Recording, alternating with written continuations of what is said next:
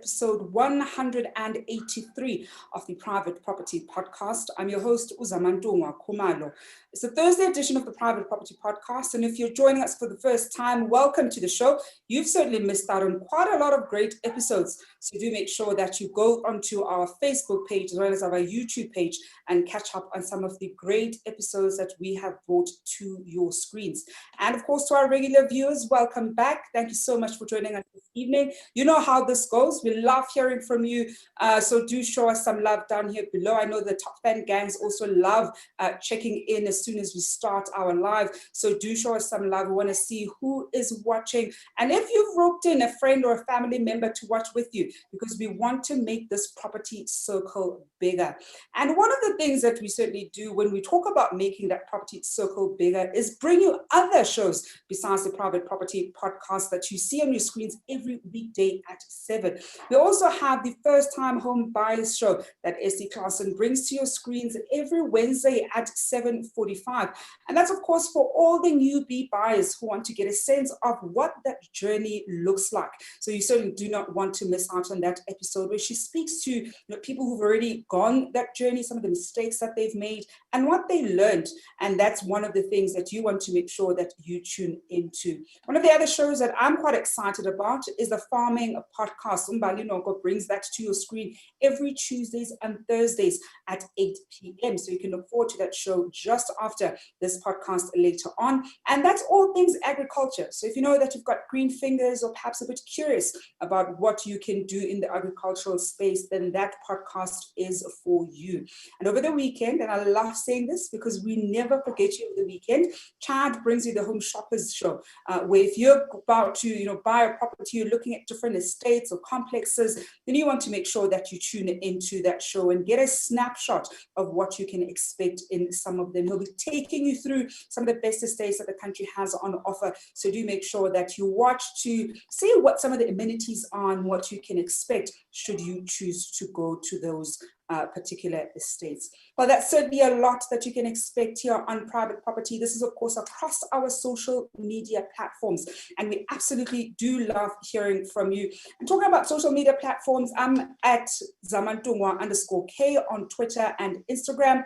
Always love hearing from you at home, talking property, of course, and also learning from each other. I'm a property investor myself, and really do love hearing some of your stories that you share on your social media platforms when you engage with us. One of the other things that we love doing here on Private Property is, of course, giveaways. And we have started the year with a great competition, the Sherlock Holmes competition, where we want to see if you can decipher some of the great riddles that we're bringing your way. So you want to make sure that you look at what the riddle is on our social media pages, try to decipher it, and really follow the steps that it gives you.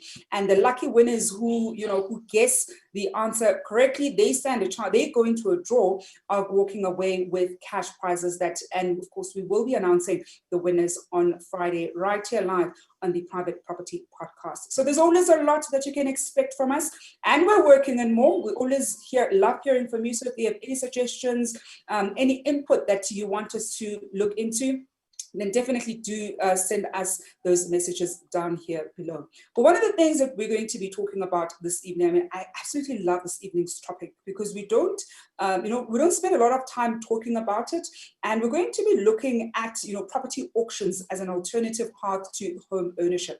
So if you're exploring wanting to buy a property via an auction, this podcast is for you. We're going to be looking at the state of property auction in South Africa, looking at mistakes that you want to avoid when you're buying your property on auction, but also what you can expect if so many people are not very familiar with how auctions work. And later on, we'll be looking at selling your property via an auction. Oftentimes people think, auctions are only those things that happen with distressed properties. Well, that's not the case. You're able to put your property up on auction.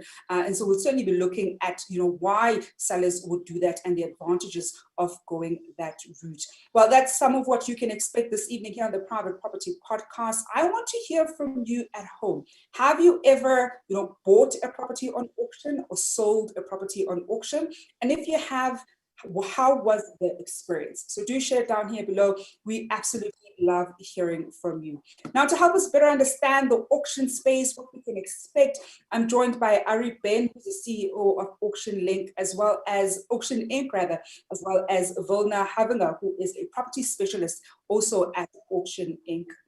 Ari, Wilna, thank you so much for joining us this evening. Thank you, Zama.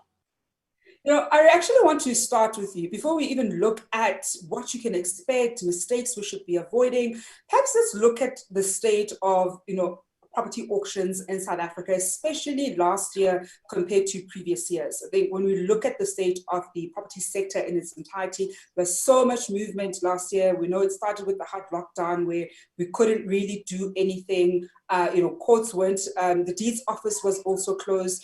And as the restrictions slowly started, getting slightly looser, we saw the property space opening up and being able to do business. One of the things that I loved seeing was some of the auction houses having your virtual auctions, and also just doing a lot of, I'll say consumer education, because some people weren't used to that. Perhaps take us through how 2020 was when it comes to auctioneering in South Africa. Again, private property, and Zama for hosting us this evening. As you correctly mentioned, 2020 was a very interesting year for many reasons. As we all know, it wasn't an easy year to operate. We faced some challenging operating conditions, and we found that during level 5 lockdown in March, it was almost impossible to transact. Yeah. We did find that we were very pleasantly surprised, however, that as we exited level 5 lockdown and approached level 4, level 3, we were extremely pleasantly surprised by the surge in demand that we experienced on the auction floor.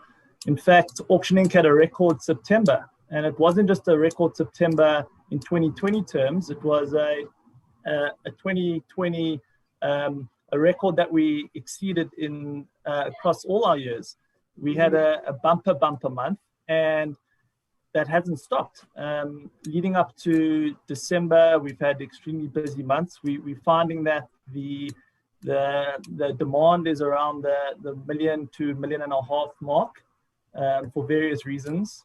The banks are quite aggressive in terms of providing bonds to first-time homeowners, and we're enjoying the benefits of that. In addition to that, we are finding that many auction houses, including ourselves, have launched online auctions, and the adoption of online auctions have also been quite well adopted. And again, this is resulting in some good transactions on a monthly basis, and it's only increasing. So I'm quite optimistic that this is going to continue, and we look forward to 2021. Ari, as you were saying that September was a record month, I actually thought about a few of my guests actually last year who pointed out that for them, September was also quite a huge month in terms of sales. Some of the guests were attorneys who were saying, look, they've actually dealing with record high cases or matters that need to be registered. And for them, it was also since inception, as opposed to a comparison with, let's say, the previous quarter or the previous year. So it's very interesting to see that very well into the last quarter of 2020, we still saw a lot of activity. Because I know that as the industry was slowly opening up, a lot of people were saying we expected that there'll be pent-up demand, but they thought it would probably just go back to normal, if not slightly dip. So the fact that activity continued to essentially soar well into September, and I know with some of the even finance houses, they were saying, look, some of the November and December sales figures were also quite high relative to other quarters in previous years. So I think that's only one of the things that has me sitting up, that we, as much as we're in the middle, we'll say, of an economic crisis because of the COVID-19 pandemic, you are still seeing this kind of activity in the property space. And Wilna, I actually want to now bring you in, because one of the things that people sometimes struggle with is almost differentiating, I say, what the difference between buying a property on auction and perhaps buying it the normal way, where you see it and you're dealing with it. what the difference is, between buying a property on auction and if you were doing it, we'll say the normal way that so many of us are used to. Yes, Zama, I think the exciting thing about a property that is sold on auction is that there's a lot of excitement with that property that's being sold. There's big exposure. You've got multiple buyers that goes to an auction that wants to buy a property. And it's a fast and effective way of buying a property. Where the conventional way takes much longer for a property to be sold. When you buy a property on auction, it literally is within 30 days from the seller's perspective that they can sell a property. We do recommend that a buyer is well prepared when they go to buy a property on auction. Don't come in on last minute. Make sure that you've done your homework, speak to your broker, find out what the price is going in the area, the values of the properties. Make sure that if you buy, are you going to live there yourself, or is it the first time buyer, or is it investor that's buying a property, which does make a difference as well. So be prepared, and having capital available or a pre-approved bond makes a huge difference on getting the process through more effectively. Ari, one of the things that sometimes people tend to note with auctions, and I know sometimes it's even people's horror stories when they deal with auction houses. It's that what is it? It's not the deposit amount, almost the registration amount. Sometimes it's 20,000 or 30,000, whether it's a house auction or a car auction. And I know people tend to have reservations because you're thinking, but what if I don't buy anything, and what's going to happen to my money? And especially people who are not used to, auctioneering. Perhaps take us through the finance side of, buying a property on auction, especially as Wilna has mentioned that you have to be prepared. And we'll dig a little bit deeper that in terms of what do we mean by you must be prepared? Because we talk a lot about buying a property the conventional way, work with a bond originator. And so our viewers are very familiar, I'll say, with that route. But we don't quite have a sense of what does it mean to be prepared when you're going to be buying your property on auction. So what does the finance side of it look like, and preparation for that? So each auction house will differ in their terms and conditions. Talking from the perspective of Auction Inc., we would require a 10,000 Rand refundable deposit to register. And when I mean refundable, if you are if you're the highest bid on the day of the auction, then that wouldn't be refundable.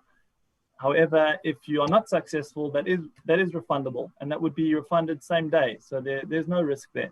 In terms of further finance required, we do require 10% commission over and above the purchase price, and a 15% deposit on the fall of the hammer.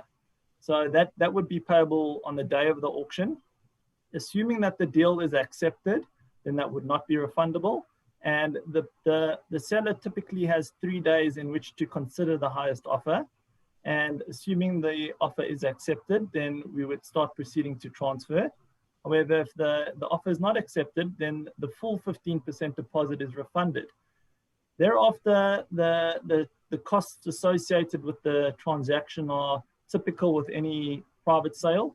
You'd be in for transfer costs, and the deal would proceed accordingly. So, and just in terms of doing your homework, there's the financial aspect.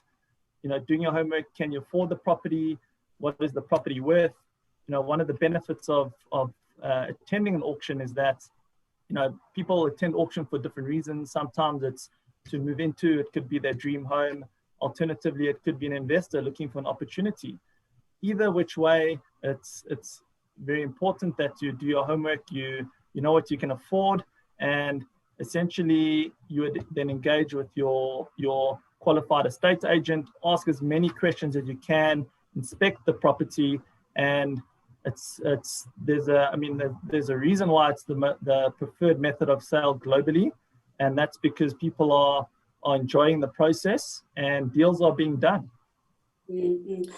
We are, of course, taking your questions and comments at home. If you've ever bought a property via auction, or perhaps sold your property on auction, what has your experience been? And if you haven't and you have reservations, what are some of those reservations? I want to hear from you. I see one of the top fan gang members, Umata Shingan, is saying that one of her reservations with buying a property on auction is the occupants that you sometimes essentially inherit with the particular property. Perhaps Wilna, take us through that one, because I mean, we also do get quite a few horror stories with that one. Somebody buying a property on auction and there's still people staying there, and you essentially have to handle the eviction process yourself. How are buyers navigating that particular space when it comes to people who are still in the respective property? Zama, they must just understand that that is standard practice if you buy an auction or if you buy a normal residential property, because rent comes before buy. So whoever is in that property legally only has to move out of the property on registration of that property. If there's any other arrangements made with the seller or the buyer prior to that, that's between them.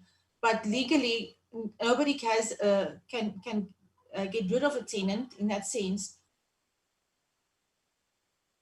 Registration takes place. So that's not an auction issue. That's a buying, selling situation that can happen across board. Doesn't matter if it's through the normal selling process or through auction. But it is challenging, for people to get, I understand, under stress sometimes. You sit with tenants living in a property but negotiate and meet their needs, and people are flexible and reasonable. I think that, Wilna, I actually think that comment has more to do with, I'll say, people who don't want to leave. So the rental agreement has either lapsed. We know some of the properties that end up being bought or sold rather on auction are repossessed properties. So you'd find that the occupants don't want to vacate the property, and it ends up being, essentially auctioned while people are living there, to the point where when potential buyers want to go view the place, they deny people access and it ends up being auctioned off. I think the comment has to do more with those kinds of situations and reservations with buying a property in that regard. No, I understand. But, as I said, it's not necessarily an auction issue. It could be a normal sale as well.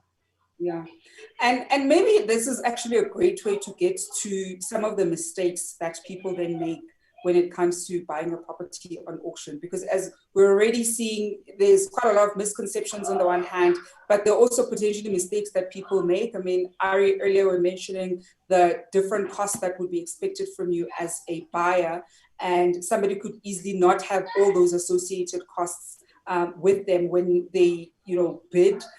Probably only have that 10,000 Rand deposit or whichever amount the auction house has, and don't have the others for the other properties, which of course ends up being quite a big disadvantage.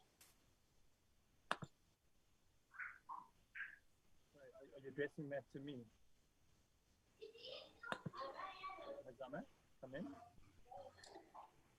Yeah, yes, Ari, you're saying, sorry, my tech nearly it closed, so I'm going to blame the gremlins. I was saying earlier this week that we tend to have quite a lot of gremlins. It's the first week back, so we're having back to school, back to work gremlins. But as I was saying, that I want us to explore mistakes that sometimes people make when they buy their property on auction, so that viewers at home don't make that same mistake as they navigate buying their property on auction. Perfect.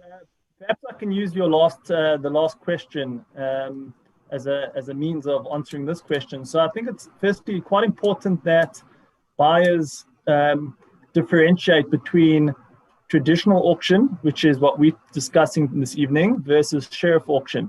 And invariably, if you're acquiring a property through sheriff auction, it is quite difficult to do your homework and your due diligence prior to the auction. And in many instances, there may be an illegal occupant. And unfortunately, if that's the case, you are in for a bit of a tough time in order to get the tenant evicted. The law is on the side of the tenant, as Wilna correctly stated.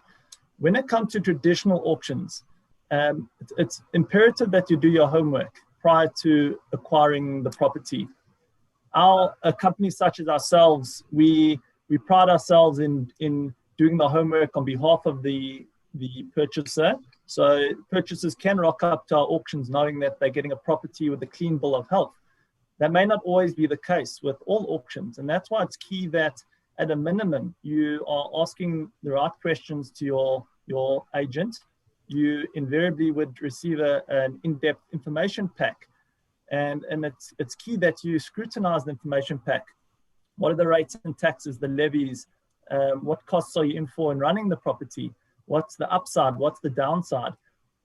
Mistakes that we've seen people making, essentially, there's not many, but there are one or two. One is a prospective purchaser leaving it till last minute. You know, we could have an auction on a Thursday and we get an inquiry on a Wednesday. The purchaser is really interested in the property, but now they have to shuffle. Now they have to speak to their bankers. They have to view the property. Sometimes buyers rock up late, or if they're bidding online, they'll attempt to register 5 minutes prior to the auction. Auction is a dynamic, exciting process. There's a lot of moving parts, and it's critical that you enter into the auction with your mindset very clear. You know what you would like to spend, and emotions can sometimes take over, and that's part of the beauty of the auction for both buyers and sellers. But it's critical that you prepare. In addition to that, some buyers will wait to see what happens at the auction, hoping to acquire the property post-auction. And that invariably will lead to disappointment, because generally the auctions sell on the floor. And then we'll often have a situation where buyers will call us after the auction and say, you know, we're interested in the property. Can we put an offer in post-auction? Unfortunately, we don't operate like that. We sell the property on the day at the auction, and essentially buyers land up losing out. So just to sum up, arrive at the auction prepared, do your homework, and don't miss out.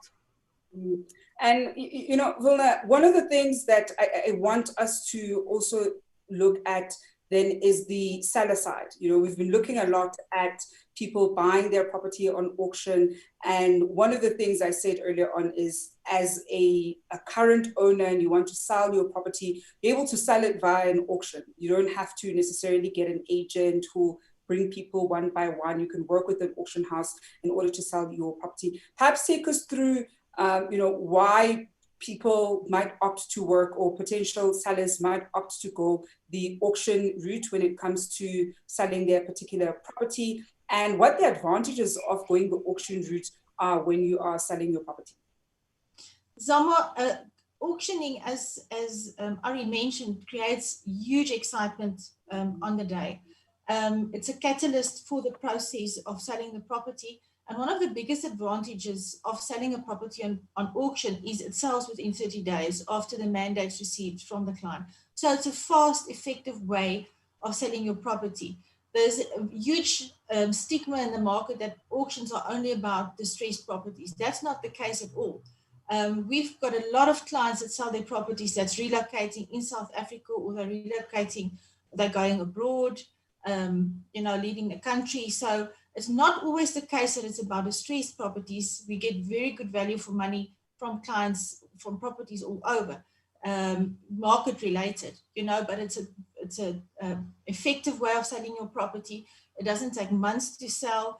As Ari mentioned as well, I mean, it's globally becoming the way of selling properties. It's a trend in South Africa that's rising, and it's here to stay.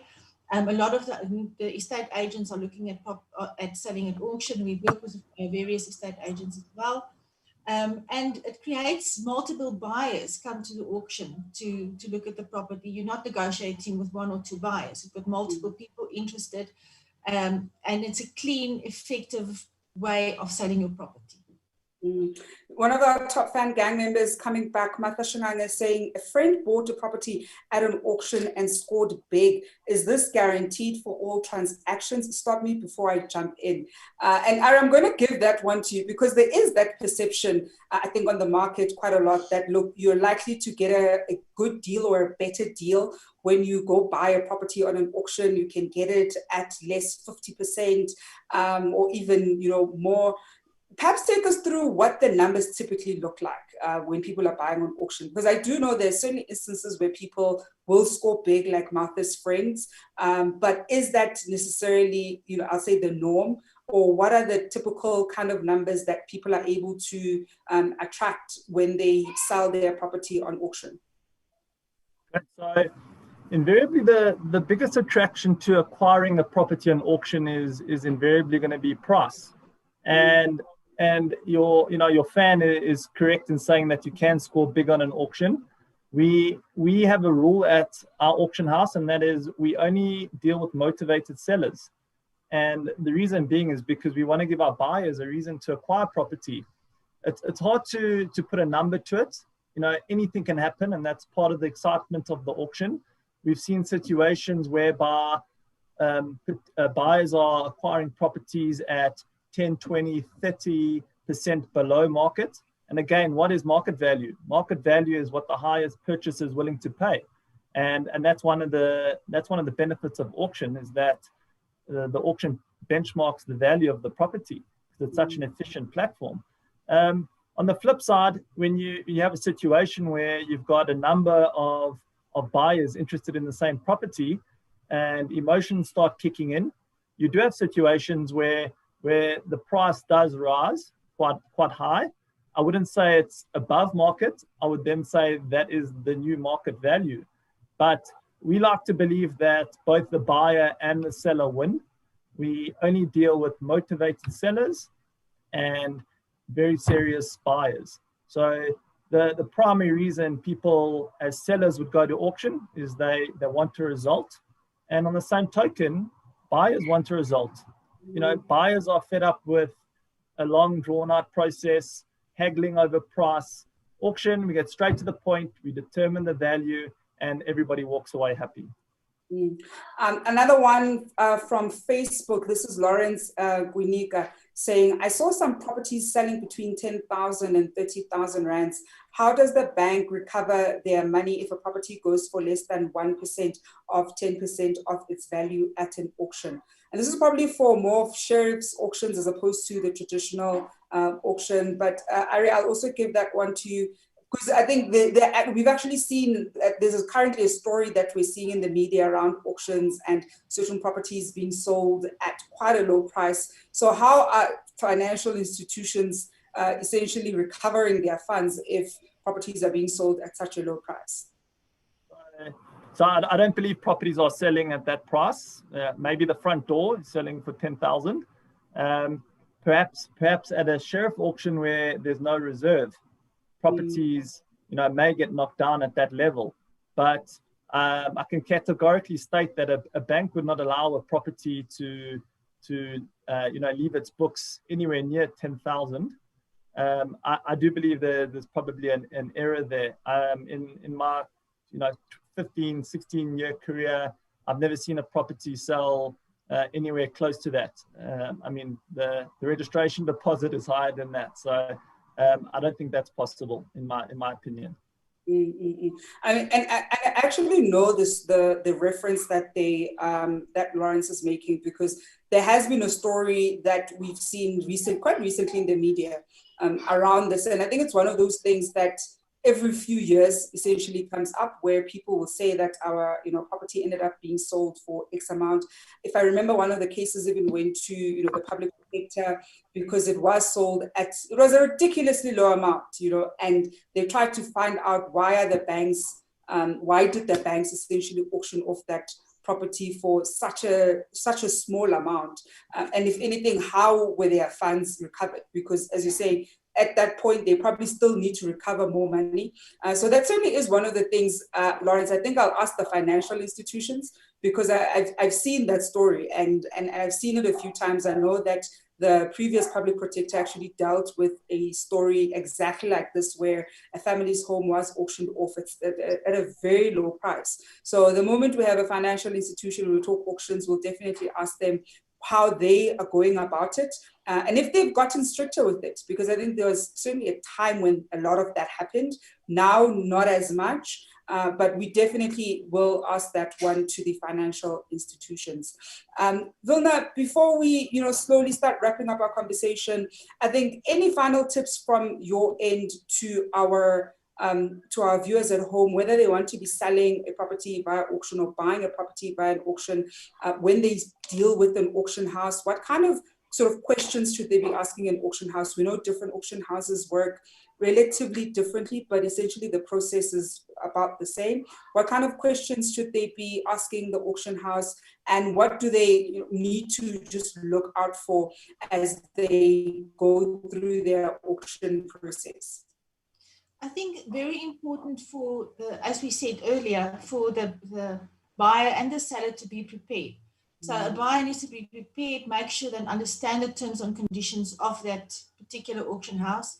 Also the exposure that the auction house gives them on marketing and their own database, which is very exciting on our end. I know we've got a huge database that we give exposure to, and the reputation of the auction house is very important. The track record of the auction house is important. So make sure you research, do your homework, look at results of what they've had achieved in the market, and the brokers. We've got a phenomenal team of brokers at our firm. People are well qualified, they're well experienced, and they will be your assistant or your right hand in the process when you buy or sell your property. It's very important. I mean, I'll attest, Wilna, I'm actually one of the people who are in your database.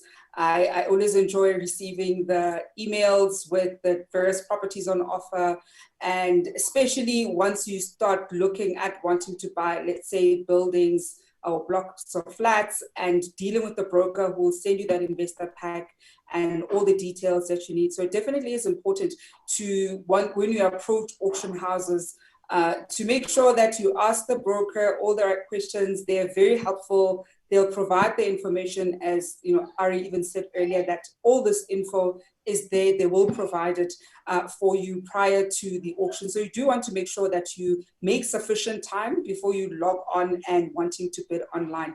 And as we wrap, Ari, I want to hear from you. I mean, we saw last year, as we were mentioning earlier in our conversation, that 2020 ended up being quite a good year in terms of auctions, with September being a record month for auctions. I want to hear from you what your 2021 predictions are in auctioneering. My prediction on the seller side is that we're going to see a flurry of activity. We're already seeing a number of sellers coming forward, asking us to present proposals to take properties to auction. So I do believe that there'll be quite a steep spike in sellers looking to dispose of their properties in a short period of time. And invariably that will provide an opportunity to our buyers. Assuming interest rates remain as they are and the banks continue lending as they are, I believe that 2021 will be a fantastic year for all auction houses. In addition to that, as we've mentioned, auctions are becoming an acceptable method of sale, and online auctions too are achieving traction. So all these factors combined, I believe that we're going to continue to see many more sales accelerating. It's going to be, in my view, an exciting year, and I'm optimistic for the industry in general. Ari, I'm going to squeeze in this last question. It's just come in from Facebook, and it is, what makes the process of transferring property through a conveyancer so long? The reason I'm asking is that I was recently informed that the process takes 3 months. So why so long when you go the conventional route and quicker when we are going with an auction? So the process of transfer is no different whether you're dealing with auction versus private sale.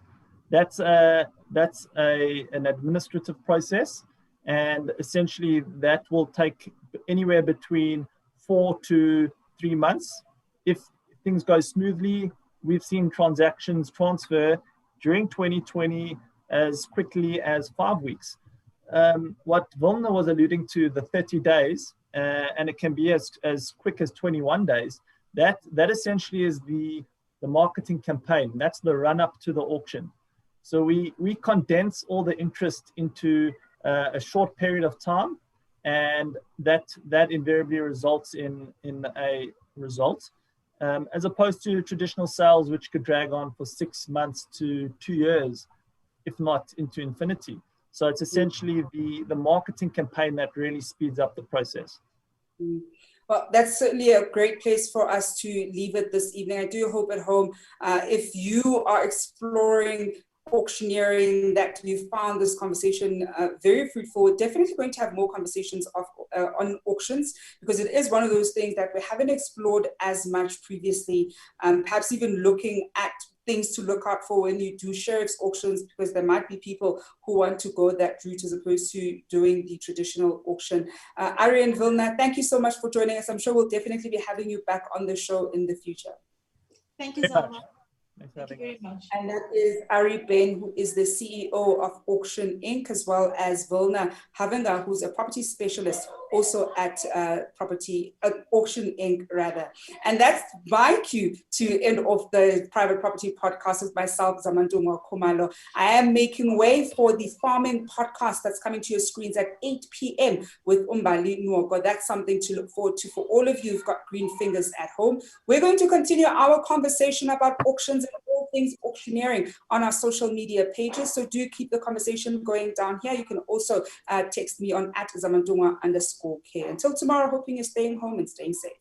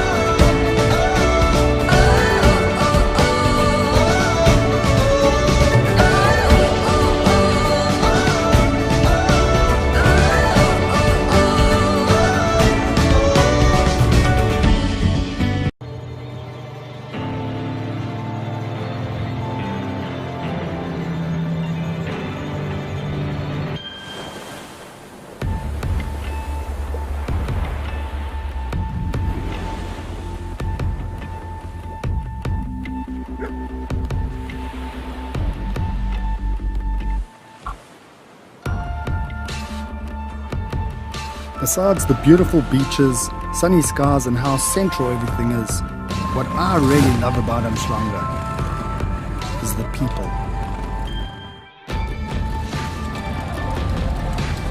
You can't help but become immersed in the culture, and you'll find people connecting in the most authentic spaces.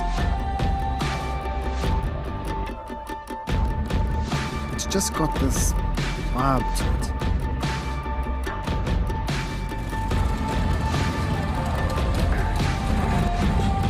It's hard to think that only a few years ago, these business parks and homes were mostly sugarcane.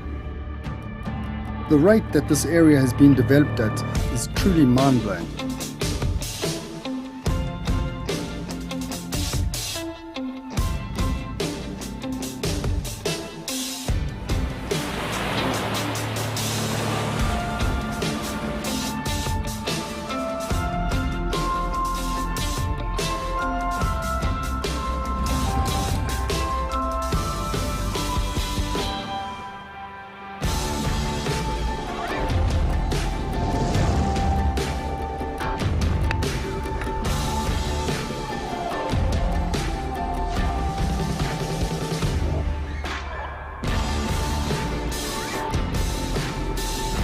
Especially with the fast pace of life these days, we really pride ourselves in being that bright spot in a person's day.